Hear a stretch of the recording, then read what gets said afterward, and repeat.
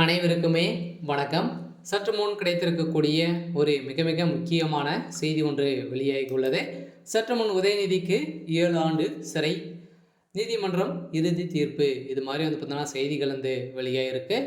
ஏற்கனவே பார்த்தீங்கன்னா பாலியல் விவகாரத்தில் உதயநிதி ஸ்டாலின் அவர்கள் பார்த்தீங்கன்னா இப்போ சிக்கியிருந்தார் இல்லையா? இதை தொடர்ந்து தான் நிறைய வழக்குகளை சனதான வழக்கு மூலமாகவும் உதயநிதி ஸ்டாலின் அவர்கள் சிக்கி அவர் முதல்வர் ஆனதிலிருந்தே ஒரு மிகப்பெரிய பிரச்சனையாக தான் இருந்திருக்கு இல்லையா? இதை தொடர்ந்து இப்போ உதயநிதி ஸ்டாலின் அவர்களுக்கும் துரைமுருகன் அவர்களுக்கும் இடையே நிறைய வாதங்களும் நிறைய பிரச்சனைகள் ஏற்பட்டது இல்லையா? இப்போ சமீப காலத்தில் சமைச்சர் துரைமுருகனுடைய வீட்டில் அதிரடியாக ரெய்டுகள் நடந்தது.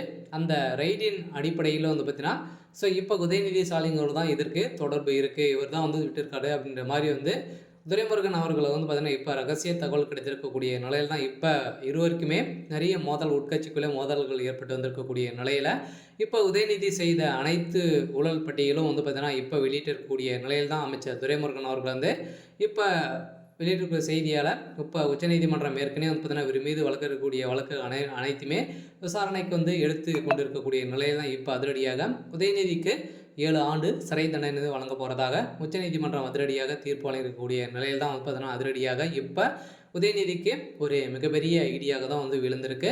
இதை பற்றி இந்த வீடியோவில் பார்க்கலாம். அதுக்கு முன்னாடி மறக்காமல் நம்முடைய சேனலை சப்ஸ்கிரைப் பண்ணிக்கோங்க. வாங்க வீடியோக்குள்ளே போகலாம்.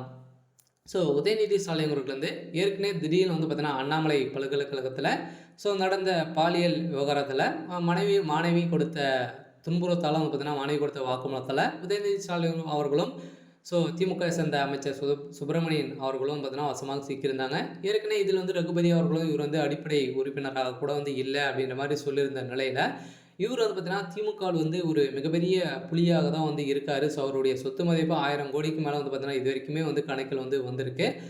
கணக்கில் வராத சொத்துக்கள் நிறைய இருக்குது. இருந்தாலும் இவர் ஒரு திமுகவில் உதயநிதிக்கு ஒரு ரைட் கையாகவும் நிறைய போதை மருந்து கடத்தலும் பார்த்தீங்கன்னா இவர் ஈடுபட்டு வந்திருக்கக்கூடிய நிலையை தான் இதற்கு உதயநிதி அவர்களும் உறுதுணையாக அவருக்கு பாதி பங்கு அவருக்கும் இருக்குது. இதன் அடிப்படையில் இப்போ சிக்கிய ஆதாரத்தின் மூலமாக உதயநிதி ஒரு மிகப்பெரிய கொள்ளைவாதியாக தான் பேசப்பட்டு வந்திருக்கக்கூடிய நிலையில் ஏற்கனவே சனாதன வழக்கு மூலமாகவும் உதயநிதி அவர்களுக்கு தீர்ப்பு வழங்காது இருக்கக்கூடிய நிலையில் இப்போ அதிரடியாக பார்த்திங்கன்னா மக்கள் அனைவருமே திரண்ட காரணத்தினால இப்போ உதயநிதி கைது செய்யப்பட்டிருக்கக்கூடிய நிலையில் இவருக்கு 7 ஆண்டு சிறை தண்டனை வழங்க போகிறதாகவும் ஒரு பரவலாகவே பேசப்பட்டு வந்திருக்கக்கூடிய நிலையில் இப்போ அதிரடியாக கூடிய விரைவில் உதயநிதி சிறைக்கு செல்வார் அப்படின்ற மாதிரி தான் பாஜகவுடைய தலைவர் ராஜா அவர்கள் பார்த்தீங்கன்னா கூறி வந்திருக்கக்கூடிய நிலையில் இப்போ அதிரடியாக உதயநிதி அவர்கள் கைது செய்யப்பட்டிருக்காரு. அதனால் இப்போ திமுகவுடைய தலைமையகம் பெரும் அதிர்ச்சியில் தான் இருக்காங்க. இருந்தாலும் என்ன நடக்க போகுது அப்படின்றத வெயிட் பண்ணி பார்க்கலாம். இது மாதிரி செய்திகளை தெரிஞ்சுக்கணும் அப்படின்னா மறக்காமல் நம்மளுடைய சேனலை சப்ஸ்கிரைப் பண்ணி சப்போர்ட் பண்ணுங்கள். தேங்க்யூ.